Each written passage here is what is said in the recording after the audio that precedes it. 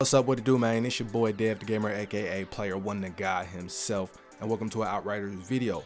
Hit that like button and subscribe for more video game content. And with that being said, let's get into it. So to start off this video, this is an Ash build. Now this is a base game Ash build. This is before World Slayer, and I will update this if I end up getting World Slayer after I see how it does and what it's looking like, all that on YouTube. Now, this build is big on movement. You're going to be wanting to move around, so keep that in mind. And with that being said, let's get into the weapons. So the sidearm, it really doesn't matter what you have. You can have anything on the sidearm. So the main two weapons you're going to want is the Anemoy and the Damascus Offering. You're going to want these two weapons because, like I said, we're running low on ammo. You're going to be using the Anemoy. The Anemoy is going to run out of ammo, so you're going to want to switch to the Damascus Offering. Now, we're using the Anemoy because of Moaning Winds. Reloading creates a strong blast around you, dealing 617,007 damage to enemies in range of 8 meters. That has an 8-second cooldown. We put Shadow Comet on it, which has a 3-second cooldown. Shots call down a comet, dealing 231,004 damage to enemies within a 3.5 meter radius. So this means we should be able to get Shadow Comet off 2 to 3 times before Moaning Winds again. So this is going to give us a lot of damage. We're going to have a high damage output, and then it's the same situation with the Damascus Offering. We put Shadow Comet on there, and it comes with Claymore Torrent. Shots damage 4 enemies within a 6 meter radius with Anomaly Blaze dealing 613,000 damage. Now, the things that we're doing with this is this combination is AoE, area of effect. We're covering area damage, and we're doing damage directly to the enemies, and we're covering area damage, meaning we're doing damage to everybody around us as well, to all the enemies around us. So that's the main focus of that. You can use other shotguns and other weapons with this build if you don't have these weapons. Just make sure that whatever you put on them synergizes well with the build. So let's go ahead and get to the gear.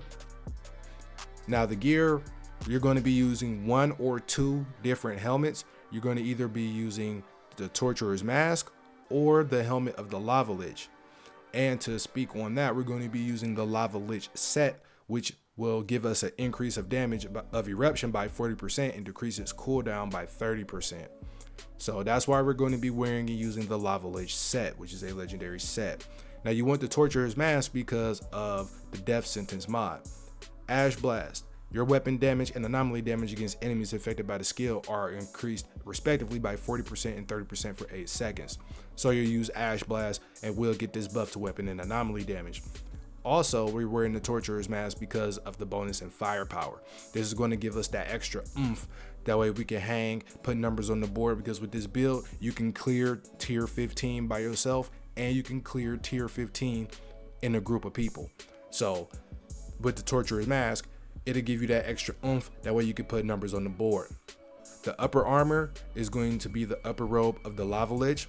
It's going to come with the mods of Not Impressed and Giga Blast. You don't have to change anything here. This is perfectly fine. This is great. Next, we're going to go to the lower armor, lower robe of the Lava Lich. Now you're going to want to put mods of Improved Damage and Magma Coat. So Eruption increases explosion damage by 54,000, increases the lava's damage over time by 32,000. Now, something I just realized is on another piece of gear we have, I believe it is, let me see. Yeah, the helmet of the Lava Lich. If you use the helmet of the Lava Lich, you see I have volcanic dust on it and magma coat. If that doesn't stack and you're using the helmet of the Lava Lich and you have magma coat, and if it doesn't stack, switch that with the skill that increases the range of Ash Blast. That's all you got to do. All right, because I had to find that. All right, next we're going to the gloves. We're using Charms of the Lava Lich. So it's either going to come like this with Etna and Ashen Boost, or put Ashen Boost on here. So Ashen Boost boosts your damage against enemies afflicted with Ash by 20%.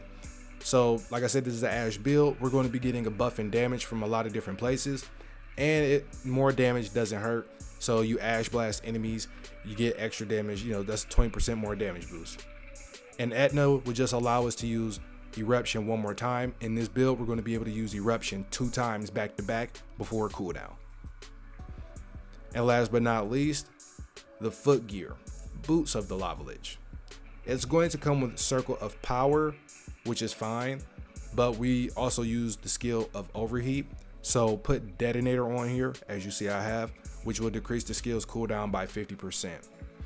Now that's going to walk us into the skill trees and how this thing flows and works. So we're going to be using Overheat, Ash Blast, and Eruption. Those are the 3 we're going to be using.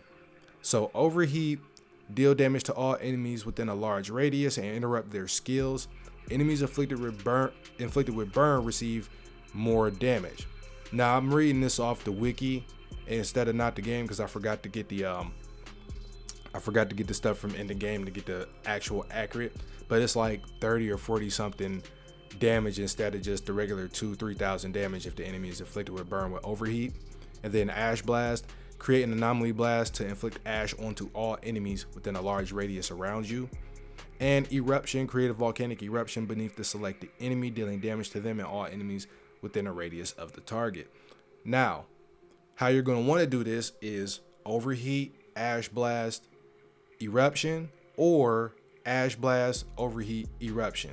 You're going to do Overheat or Ash Blast first, one of the 2, and then hit Eruption twice, as we will be able to use Eruption 2 times.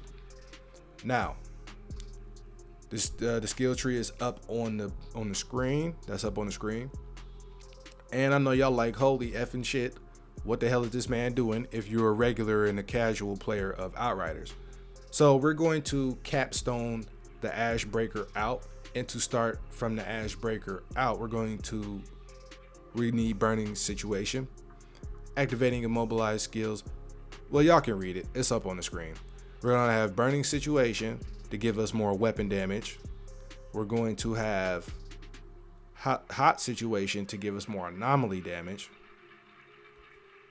We're going to have Ashes to Ashes, that way we can put vulnerable status onto our enemies.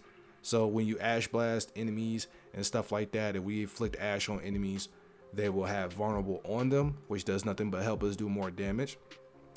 We're going to have Incinerate, so the moment burn ends on the enemy, inflict ash status.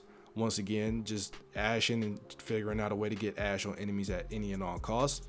And we're also going to be taking advantage of Wildfire, decrease all your skill cooldowns by 10%.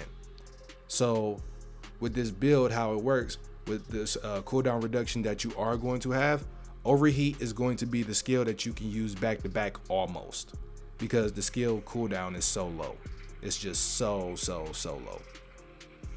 Next, we're going to be taking advantage of Armor Melting. Increase your armor piercing by against marked enemies by 30%. So that only helps. So you can see in the gameplay and stuff like that how, all right, they're coming, but then their armor is broken, they're stopped in their tracks. It can only help.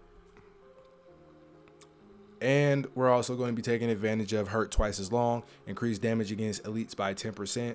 Elites deal 10% less damage to you. So that's great. Take less damage, do more damage. And yeah, that's pretty much how this works. That's pretty much how this works. You'll be able to do numbers on the board, as you've seen in the beginning of this video. Was able to do 200 something thousand.